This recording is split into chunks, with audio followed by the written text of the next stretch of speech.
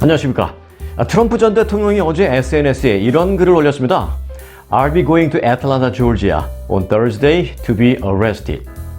목요일까지 이제 출두한다는 얘기인데 금요일 정오까지만 출두하면 되는데 하루 앞선 목요일에 이 애틀란타 풀튼 카운티 법원으로 자진 출두하겠다라는 의사를 공개하는 것입니다. 자, 지지자들 또 한번 바빠지게 됐습니다. 목요일이 내일이기 때문입니다. 이 내용은요, 잠시 후에 전해드리겠고요. 최악의 산불 피해를 입은 하와이에는 오늘 두 가지 키워드가 떠올랐습니다. 하나는 빨간 지붕집, 또 하나는 욕먹은 바이든 대통령입니다. 빨간 지붕집이라는 키워드는요, 미리 살짝 지금 예고를 해드리자면, 네, 보이시죠? 주변에 온통 전소된 집들이 둘러싸여 있는 가운데 정말 빨간 지붕을 한 그 집, 이 집 하나만이 마치 어떤 사진 조작된 합성 사진처럼 깨끗한 모습으로 자리를 지키고 있습니다. 이 집은 왜, 어떻게 해서 이렇게 살아남았을까요? 자, 지금 이게 화제가 되고 있습니다. 미스터리하게도 한 이 하와이의 빨간 지붕집 얘기는요, 오늘 영상 뒷부분 보너스 뉴스에서 전해드리겠습니다. 그리고 이제 우선 그 욕먹은 바이든 대통령 그 소식부터 좀 전해드리려고 합니다. 자, 오늘도 처음 오신 분들은요, 구독 잊지 마시기 바라겠습니다. 자, 하와이 대형 산불에 소극적으로 대응했다라는 비판을 받고 있는 조 바이든 대통령이 휴가를 하루 중단하고 하와이를 찾았습니다. 바이든 대통령은 영부인과 함께 대형 산불로 도시 전체가 잿더미로 변한 하와이 제도의 마우이 섬 라하이나를 방문해서 피해 상황을 점검하고 이재민들을 위로했습니다. 그는 20분간 전용 헬기로 피해 상황을 공중에서 살피고 또 라하이나 시내를 도보로 직접 둘러보면서 브리핑을 받았습니다. 이 바이든 대통령은 피해 주민들이 모인 앞에서 연설을 통해 이렇게 말했습니다. 우리는 마우이가 원하는 그런 방식으로 재건을 하겠습니다. 라고 말하면서 미국 전체가 여러분들과 함께 하고 있습니다. 라고 말했습니다. 하지만 라하이나가 전소되고 13일 뒤에 이루어진 바이든 대통령의 방문을 두고 비난도 많이 일고 있습니다. 실제로 바이든 대통령의 차량 행렬이 공항을 빠져나가는 순간 이 수십 명의 주민들이 팻말을 들고 이제 와서 뭐 하자는 거냐 라면서 돌아가라 라고 외치기도 했습니다. 또한 그가 라하이나 시내를 둘러볼 때도 현지인 수십 명이 나와서 집에 돌아가라, 트럼프가 이길 거다라는 그런 표현을 쓰는 사람, 또 그런 구호를 외치는 사람, 또 그런 문구를 쓴 그런 팻말을 흔드는 사람들도 많이 있었습니다. 심지어는 어떤 주민들은 마구 바이든 대통령을 향해서 마구 욕설을 뱉기도 했습니다. 이들이 내건 구호들 중에는 노 코멘트도 있었습니다.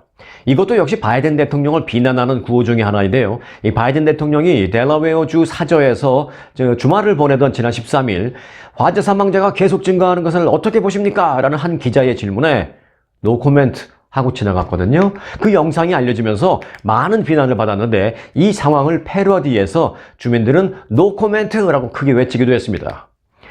바이든 대통령이 그랬을 것이다 라는 얘기는 이제 뭐 아닙니다만은, 자, 한번 볼게요. 사실 그 하와이는 미국 대통령 선거에서 늘 관심 밖의 지역이죠. 이 선거인단이 4명에 불과하기 때문일 것입니다. 대선 결과에 사실상 결정적인 영향을 미치지는 못하는 그 적은 수, 4명이라는 적은 수의 선거인단을 갖고 있는 하와이. 그 하와이의 선거인단 수가 4명이 아니라 만일 40명이었다면 바이든 대통령 이 산불 발생 13일 후에 방문을 했을까요? 그것도 1,800만 달러짜리 레이크타워에 있는 별장 하우스를 큰 돈을 주고 빌려서 가족 휴가를 강행하면서 그 중에서 휴가 기간 중에 하루를 싹 빼서 방문을 하는 이런 행보를 했을까요?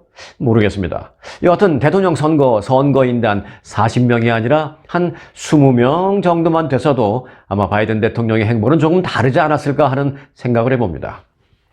그러나 그럴 일은 없기를 바랍니다만, 정치인들이 아무리 표를 의식하지 않을 수 없다 하더라도요, 자국민 114명의 희생자가 나왔고 1000여 명의 실종자가 나온 상황에서, 지금 뭐 정확하긴 850명이라고 합니다만은 여하튼 뭐 1000명 가까운 실종자가 나온 그런 상황에서 선거인단에 의한 그 차별을 받는 일, 표 계산에 의해서 차별을 받는 그런 일은 없어야겠다라는 생각을 하게 됩니다. 자, 다음 소식인데요. 이제부터는 좀 잘 들으셔야 하는 그런 중요한 생활 경제 뉴스 전해드리려고 합니다. 코스코 많이 가시죠? 네, 이 코스코가 발화 위험이 제기된 휴대용 보조 배터리 약 35만 개를 리콜한다고 밝혔습니다. 리콜 대상은 유바이오랩스의 파워뱅크로 코스코 매장과 웹사이트에서 한 개짜리 또는 두 개짜리 번들 등으로 판매가 되었습니다. 제품 모델 번호는 BWB1071입니다.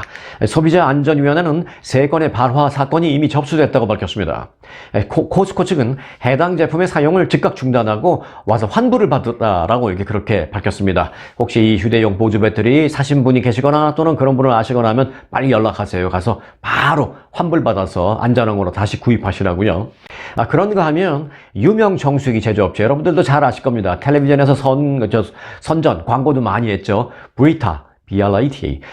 정수기 제조업체 브리타가 유해 물질을 모두 걸러낸다라는 광고가 허위이며, 이는 캘리포니아 주법을 어긴 것은 물론이지만 소비자를 기만한 것이다 라면서 클래스 액션, 집단 소송을 당했습니다. LA 카운티 수피리어 법원에 접수된 이 소장에는 브리타가 소비자에게 자사 제품의 필터가 수돗물에 함유된 비소, 질산염, 그 외에도 영원한 화학물질로 알려진 PFAS 등등 이 발암 물질들을 걸러낸다라는 거짓 광고를 했다는 내용이 소장에 담겼습니다. 이 소장은 또 깨끗하고 물맛이 좋은 이라는 표현을 비롯해서 워터 필터 1위 또는 오염물질 3배 감소 등등으로 홍보하는 건 거짓이다라고 주장했습니다. 또한 불행히도 이 제품은 효과적이지 않지만 사람들을 의도적으로 믿게 해서 수백만 달러를 과도하게 지불하게 만든 것은 물론 또 더 효과적인 다른 대안을 포기하게 만들었다라고 주장했습니다. 한마디로 당치도 않는 물건을 발암물질 다 걸러낸다고 그렇게 광고를 해서 사람들이 과도하게 돈을 주고 이걸 사게 만들었고, 또 사실 이거 말고 정말 좋은 물건이 있는데도 그거를 안 사고 이거를 사게 만드는 그런 선택지를 만들었다라는 것이죠. 그런 피해를 줬다라는 것이죠. 자, 소송을 제기한 원고 측 변호인 클락슨 변호사는 사람들이 PFAS가 함유된 수돗물을 브리타 워터 필터로 걸러내는 것은 불필요한 행위였다. 브리타 워터 필터는 PFAS와 같은 그런 화학물질을 걸러내지 못한다라고 강조를 했습니다. 하지만 브리타 웹사이트에는 자사의 모든 필터가 수돗물에서 납은 99% 그리고 그 외 30가지 오염물질을 다 걸러낸다라고 그렇게 설명이 적혀져 있습니다. 과대 광고, 허위 광고라는 것이죠. 브리타 정수기의 소송 과정에서 투명하고 정확한 검증 결과가 공개되기를 바랍니다. 자, 이어서 모기지 금리 소식입니다. 가파르게 상승 중인 모기지 이자가 8%에 도달할 것이다 라는 전망이 나왔습니다. 지금 7% 또는 한 7.2 정도가 돼요. 7이나 7.2도 상당히 높은 건데 자칫 8까지 올라갈 수도 있다는 얘기입니다. 전문가들은 특히 연준이 인플레이션을 잡고자 이 기준금리 인상을 또다시 단행할 경우에 모기지 이자가 8%까지 치솟을 수 있다고 전망했습니다. 그런데 그럴 가능성이 지금으로서는 높아 보입니다. 지난달 연준회의 의사록을 보니까요, 위원들은 이런 말을 했습니다. 인플레이션 상승에 대한 위험을 고려할 때 금리 인상이 당분간은 더 필요하다라면서 추가 금리 인상에 대부분의 위원들이 동의를 했습니다. 기준금리 인상이 반드시 그 모기지 이자 상승으로 직결되는 것은 아닙니다. 하지만 모기지 이자와 연동되는 그 10년 만기 국채 금리가 기준금리 인상에 영향을 받을 수 있기 때문에 간접적으로라도 이 모기지 이자가 변동될 수는 있습니다. 다시 말해서 연준이 기준금리를 올리면 모기지 대출 기관들도 이자를 따라 올릴 것이며 최소한 낮춘다는 그런 계획 없이 7.2%를 그대로 유지할 가능성도 매우 높다. 그런 상황입니다. 내려갈 가능성은 거의 없어진다라는 얘기죠. 그래서 모기지 금리가 유지되거나 아니면은 또 따라서 올라갈 가능성이 높다. 자칫하면 현행 7.2에서 8까지도 올라갈 수도 있다는 그런 전문가들의 조언이 나온 상태입니다. 자, 그러면 자연스럽게 주택 시장으로 한번 가볼까요? 네, 이번에는 신규 주택 시장을 좀 보겠습니다. 최근 미국에서 새로 건축되는 주택의 크기가 과거에 비해서 좀 작아진 것으로 나타났습니다. 월스트리트저널은 어제 미국의 집값이 고공행진을 이어가면서 신축 주택의 사이즈가 줄어들고 있다고 보도했습니다. 실제로 지난 2018년 이후에 미국에서 착공된 신축 주택의 평균 넓이를 보니까요, 10% 정도 작아졌습니다. 가장 변화가 큰 곳은 시애틀이었습니다. 시애틀의 신축 주택 면적은 5년 전에 비해서 무려 18%나 줄어들었습니다. 또한 노스캐롤라이나주 샬럿과 텍사스주의 샌앤토니오 지역의 신축 주택 면적은 14% 감소했습니다. 부동산 중개 사이트인 질로우 다 아시죠? 이 질로우에 따르면 물가 상승이 본격화되었던 2022년 지난해 신규 단독주택 착공이 줄어들었지만 3베드룸 미만, 즉 2베드룸이나 또는 뭐 1베드룸 같은 소형 주택의 착공 건수는 오히려 9.5% 상승이었습니다. 신축 주택의 소형화가 현저하다라는 뜻입니다. 이 같은 현상은 주택 구매 희망자들의 수요에 따른 것이죠. 당연히.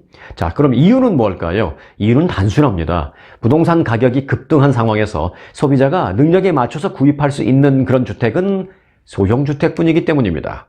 건설업자들은 미국 주택에서 일반적으로 설치되는 그런 별도의 뭐 식사 공간, 예를 들어서 뭐 다이닝룸 같은 거를 뭐 없앤다거나, 그러니까 이제 뭐 리빙룸이 있다면 리빙룸 한쪽에 다이닝 테이블을 작은 거 놓고 뭐 한 2명 정도 산다면 다이닝 테이블을 놓고 거기서 그냥 같이 소화되는 그런 이제 주택 방식을 만드는 거죠. 그리고 아니면 뭐 리빙룸의 넓이를 좀 줄인다던가 하는 그런 방식으로 과거보다 좀 작은 주택을 건설하고 있는 것으로 밝혀졌습니다. 생애 첫 주택 구입자거나 또는 자녀들이 다 뭐 독립해서 나간 그런 부모가 둘이 살만한 그런 작은 주택을 원하는 수요도 많아지는 그런 추세, 이런 추세도 여러 가지 이유 중에 하나로 꼽혔다라는 전문가들의 분석입니다. 네, 국제신용평가사 스탠다드 앤 푸어스가 있는데요. 어제 이 스탠다드 앤 푸어스가 미국 내 은행 5곳의 신용 등급을 하향시켰습니다. 이 미국 내 은행들의 신용 등급 하향은 곧 미국의 크레딧과도 연결이 되고 미국의 경제 침체 외에도 경제 침체가 될 수도 있는 그런 직간접적인 영향을 미칠 수도 있습니다. S&P는 자금 조달 위험을 이유로 해서 이 Associated Bank Corp와 Valley National Bank Corp의 신용 등급을 한 단계씩 내린다고 밝혔습니다. 또 대규모 예금 인출, 소위 이 뱅크런 등을 이유로 해서 UMB Financial Corp, 그리고 코메리카 뱅크, 또 키코프의 등급도 한 단계씩 낮췄습니다. S&P는 이 같은 내용을 밝히면서 전체적으로 자신들이 평가한 은행들 가운데 90%의 등급 전망은 안정적이지만 나머지 10%가 부정적 전망을 부여받았다라고 밝혔습니다. 그런데 이 90%가 받았다라는 그 안정적이라는 전망보다는요, 사실은 긍정적이라는 등급을 받는 게 가장 좋습니다. 그런데 이번에 그 S&P 조사에서는 긍정적이라는 전망을 받은 은행은 단 한 곳도 없었습니다. 네, 정치권 소식 살펴보겠습니다. 공화당의 내년 대통령 후보를 뽑기 위한 공화당 대선 후보 토론회가 이제 막을 올립니다. 모두 8명의 후보가 첫 토론회에 참여합니다. 보수 매체인 팍스뉴스가 중계하는 이번 토론회는 오늘부터 시작되는데요. 각종 경선 후보 여론조사에서 압도적인 1위의 지지율을 보이면서 독주하고 있는 트럼프 전 대통령은 잘 아시다시피 불참합니다. 네, 트럼프 전 대통령은 대신 이 팍스뉴스에서 소위 좀 쫓겨난, 팍스뉴스에서 쫓겨난 유명 진행자죠. 이 터커 칼슨과 사전에 미리 녹화한 그 인터뷰 영상을 토론 시간에 맞춰서 인터넷을 통해 공개할 예정입니다. 최근 조지아주에서 2020년 대선 결과 뒤집기를 위해 대선에 개입했다라는 혐의를 받고 4번째 기소가 된 트럼프 전 대통령은 기소 건수가 쌓이면서 사법 리스크가 커지고 있는데, 그런 사법 리스크가 커지면 커질수록 오히려 지지율이 상승하는 그런 아이러니한 모습을 보이고 있습니다. 아주 역설적인 상황을 지금 만들어가고 있는 트럼프 대통령. 자, 이런 가운데 트럼프 전 대통령이죠. 네. 자, 이런 가운데 트럼프 전 대통령은 어제 자신의 SNS에 이런 글을 올렸습니다. 앞서 제가 한번 소개해드렸죠. I'll be going to Atlanta, Georgia on Thursday to be arrested. 직역하면 나는 오는 목요일 체포되기 위해서 조지아주 애틀란타로 갈 겁니다. 인데요. 이제 목요일은 내일이니까 풀어보면 나는 내일 애틀란타 풀튼 카운티 법원에 자진 출두합니다. 정도로 해석이 되겠습니다. 트럼프와 18명의 공동 피고인은요, 원래는 금요일 정오까지 애틀란타 법원에 자진 출두하면 됩니다. 금요일 정오까지지만 아예 하루를 앞선 내일 가겠다라는 것입니다. 한편 트럼프 전 대통령은 4번의 기소에도 불구하고 내년 대선 캠페인을 가속화하고 있습니다. 대선 캠페인만 하는 게 아니라요, 마치 대통령이 이미 당선된 듯 어제는 자신의 경제정책 참모들을 뉴저지주에 있는 자신의 골프클럽으로 모두 불러들여서 내년 대선에서 경제 문제를 어떻게 다룰지 얘기해보자 하면서 같이 논의를 하는 그런 자리도 가졌습니다. 자, 이 자리에서는요, 외국에서 들여오는 수입 물품에 대한 관세 문제가 가장 많이 거론이 됐었습니다. 이에 대해서 일부 참모들은 지나치게 저렴한 일부 수입 품목에 대해서는 관세를 부과해서 미국 내 제조업자들을 보호하는 게 좋겠습니다라는 의견을 냈습니다. 여러 가지 의견을, 이런저런 의견을 다 듣더니 트럼프 전 대통령은 가만히 있다가 이렇게 말합니다. 아예 모든 수입 품목에 대해서 무조건 10%의 관세를 부과하자! 라고 말했습니다. 그러자 그 자리에 있던 참모들은 그저 고개를 끄덕끄덕이면서 묵시적인 동의를 했습니다. 자, 다음날 트럼프 전 대통령은 팍스뉴스와의 인터뷰에 나가서 이렇게 말했습니다. 내가 재집권하면 모든 수입품에 대해서 10%의 관세를 무조건 부과하겠습니다. 라고 아예 말해버렸습니다. 자, 이에 대해서 즉각 논란도 있습니다. 애덤 포즌 피터슨 국제경제연구소의 소장은 끔찍한 짓이다 라면서 그런 식으로 관세를 부과하면 다른 주요 국가들이 미국을 교역 파트너로서는 더는 신뢰하지 않을 것이다 라고 경고하기도 했습니다. 비난한 거죠. 하지만 실제 이 재집권을 하면 이 공약을 그대로 실천할지 아닐지 두 번째 치고요. 사실 이런 말이나 공약이 미국 내 일부에게는 확실하게 표심을 잡는 데 효과는 있을 수 있다라는 점입니다. 실제로 7년 전, 그 당시 선거 당시 트럼프 당시 후보는요, 자유무역으로 중국 등 다른 국가만 혜택을 입고 우리 미국 노동자들은 피해를 봤다라는 주장을 펼치면서 러스트 벨트의 그 표심을 가져오는데 성공한 바 있습니다. 그러면서 그때 2016년에 당선된 바 있습니다. 자, 이번에 모든 수입 품목에 대해서 10% 관세를 때려버리겠다라고 한 트럼프 전 대통령이 이런 얘기들이 또 내년 대선에서 어떤 영향을 미칠지 주목되고 있는 그런 상황입니다. 자, 평온한 비행기 기내에서의 절도 사건 소식 하나 전해드리려고 합니다. 심야 시간대 항공기 내에서 승객들이 대부분 잠든 그런 사이에 좌석 위에 있는 짐칸에 있던 가방에서 금품을 훔친 40대 외국 남성이 한국 경찰에 붙잡혔습니다. 인천공항경찰단은 절도 혐의로 남성 A씨를 체포했다고 밝혔습니다. A씨는 지난 17일 새벽 3시 싱가포르에 출발해서 인천공항으로 향해서 인천공항에 5시 반쯤 도착하려던 항공기 안에서 300만 원 상당의 현금과 카드 등을 훔치다가 체포됐습니다. 새벽 3시에 싱가포르에서 출발했으니까 비행기 탄 다음에 모두 대부분 불 끄고 거의 다 잠들었잖아요. 그런 상황에서 범행이 이루어진 겁니다. 비즈니스석에 탑승한 이 A씨는요, 승객들이 잠든 사이에 좌석 위쪽에 있는 짐칸, 오버헤드 빈이라고 부르죠. 이 오버헤드 빈, 이 짐칸에 있던 다른 승객들의 가방을 몰래 열어서 금품을 훔쳤습니다. A씨의 범행은 우연히 잠에서 깨서 자신의 가방을 가지고 이렇게 뒤적뒤적 하는 걸 봤던 한 다른 승객의 신고로 드러났습니다. 승무원은 기내에서 절취품을 발견하고 A씨를 현행범으로 체포했습니다. 자, 이와 관련해서 항공사 측은 이렇게 말합니다. 귀중품은 되도록 기내 선반에 보관하지 말고 직접 소지해서 앉아있는 등 주의가 필요합니다. 라고 당부했습니다. 요 정도 얘기는 누구나 다 할 수 있는 얘기인데, 사실 요 정도 얘기 말고 항공사에서도 딱 부러지는 무슨 얘기를 할 수는 없겠죠. 하지만 귀중품을 따로 모아서 비행기 여객기 내에 이 세이프티 박스 같은 걸 만드는 건 어떨까요? 지금 떠오르는 생각인데, 과연 얼마나 효용 가치가 있을지 모르지만, 한 10불, 20불 받고 세이프티 박스를 빌려서 내릴 때까지 내가 잠그고, 번호로 잠그고. 자, 근데 그렇잖아도 사실 저도 가끔 한국 갈 때 보면요, 불 다 끄고 자는 시간이, 한국 갈 때는 상당히 그 자는 시간이 길잖아요. 그 긴 시간에 저는 잠을 자면서도 이때마다 그런 생각을 합니다. 야, 저 선반에 있는 내 가방을 내가 잘 때 누가 뒤져도 나는 모르고 그냥 자고 있겠구나 라는 생각을 한 적이 있었습니다. 그런데 실제로 그런 사건이 일어났고 또 얼마든지 또 일어날 수도 있다는 걸 보여준 그런 샘플 케이스였습니다. 자, 이어서 이 얘기는 제가 안 할 수가 없네요. 일본 정부가 결국 오염수를 해양 방류하기로 결정했습니다. 언제요? 내일이요. 지난 2011년 3월 11일 동일본 대지진으로 인한 후쿠시마 원전 사고 발생 이후 12년 만에 오염수가 바다로 방류됩니다. 도쿄전력은 어제 기자회견을 열고 후쿠시마 제1원전에서 바다에 방류할 오염수의 양을 약 31,200톤으로 예상한다고 밝혔습니다. 이게 어느 정도 많은 건지 잘 가늠이 안 되시죠? 제가 조금 설명드리겠습니다. 자, 그러면 이제 이걸 방류를 하기 시작한다면 어느 정도 기간 동안 방류를 해야 하는 것이냐? 뭐 한 달 정도 하면 되냐? 아니면은 뭐 일주일이면 되냐? 아유, 그게 말이 안 되지. 한 1년 하면 되냐? 뭐 여러 가지 생각을 할 수 있는데요. 궁금하시죠? 그런데 사실 후쿠시마 방사능 오염수는요, 방류를 하는 그 기간 동안에도 사실 계속 또 자체적으로 계속 조금씩 새로 생기는 그런 구도입니다. 그래서 새로 생기는, 방류하는 기간까지 새로 생기는 그것까지 다 계산을 하면요, 정확한 방류 기간을 단언하기는 어렵습니다만은 전문가들은 이렇게 봅니다. 대략 30년 정도 걸릴 것으로 예상된다는 것입니다. 그러니까 이제 내일부터 일본은 약 30년 동안 매일같이 오염수를 바다로 방류한다는 것입니다. 일본 정부의 이 같은 결정에 반발하는 주변국은 당연히 많습니다만 일본 내에서도 특히 어민들은 강력하게 반발하고 있습니다. 그래서 일본 정부는 어민을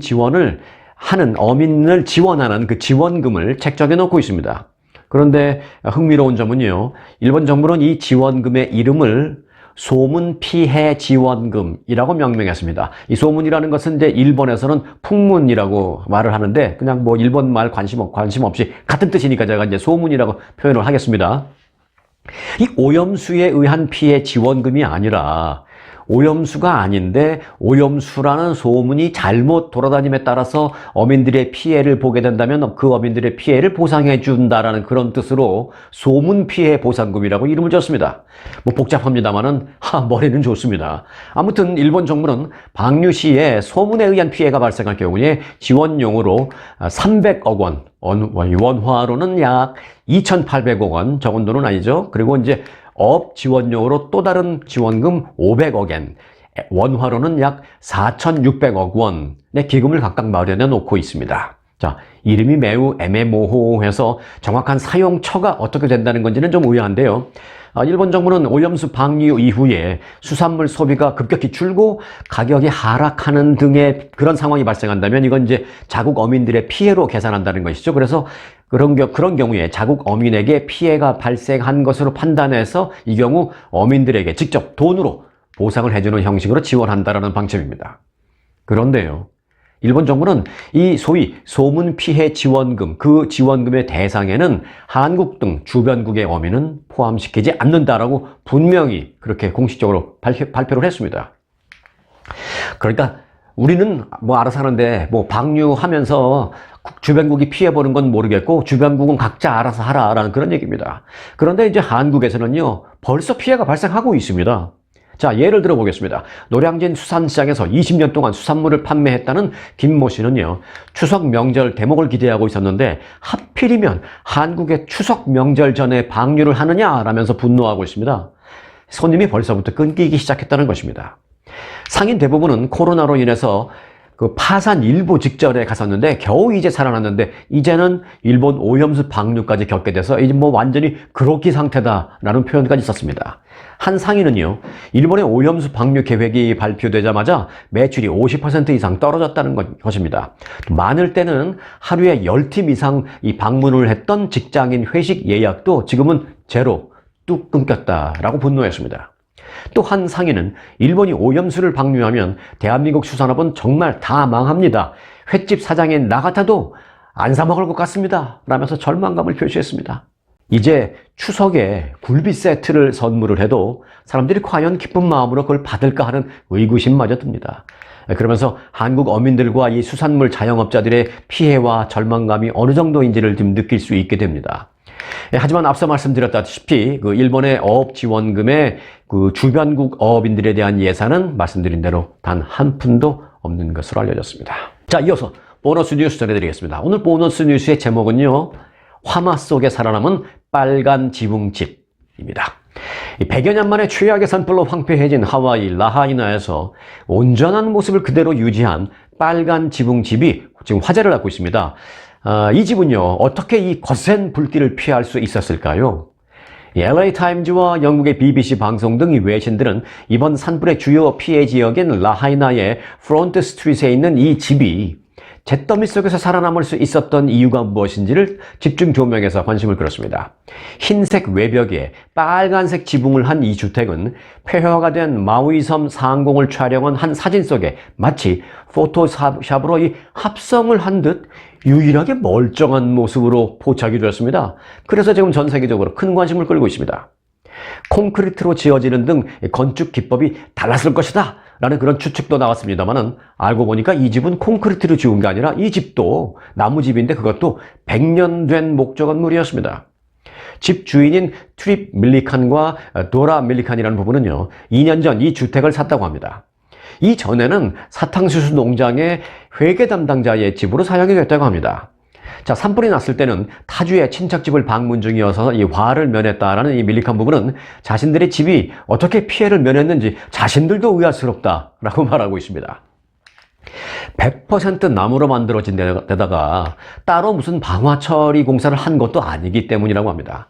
스프링클러가 설치되어 있긴 하지만 주변에 있는 다른 주택들도 마찬가지로 그런 것 설치 다 되어 있었고, 그런데 이제 불길이 번질 당시에는 전기가 끊어져서 대부분 스프링클러가 작동되지도 않았다고 합니다. 밀리칸 부부는 다만 집 일부를 개조했는데 개조한 것에서 몇 가지 좀 힌트를 찾을 수 있다라고 말했습니다. 개조하는 과정에서 몇 가지가 화마를 피하는 데 도움이 됐을 수도 있다라는 그들의 추측입니다. 집주인들의 추측입니다. 자, 이들은요, 2년 전에 집을 매입한 뒤에 미국의 집의 그 지붕들은 이 평평한 기와로 만든 지붕도 있지만 평평하게 되어 있는 그런 지붕들은 대부분 우리가 아스팔트 만들 때 사용되는 그 재료로 이렇게 만들어져 있습니다. 그런데 자신들이 그 집을 매입한 뒤에 이 아스팔트 만들 때 사용되는 그런 재료로 만들어져 있던 그 일반적인 지붕을 금속으로 교체했다고 합니다. 그리고 집 주변을 자갈 등 이 돌멩이로 둘렀다라고 합니다. 또한 이 주변에 무성하던 그 잡초와 초목도 싹 제거해서 집 주변을 좀 깨끗하게 했다고 합니다.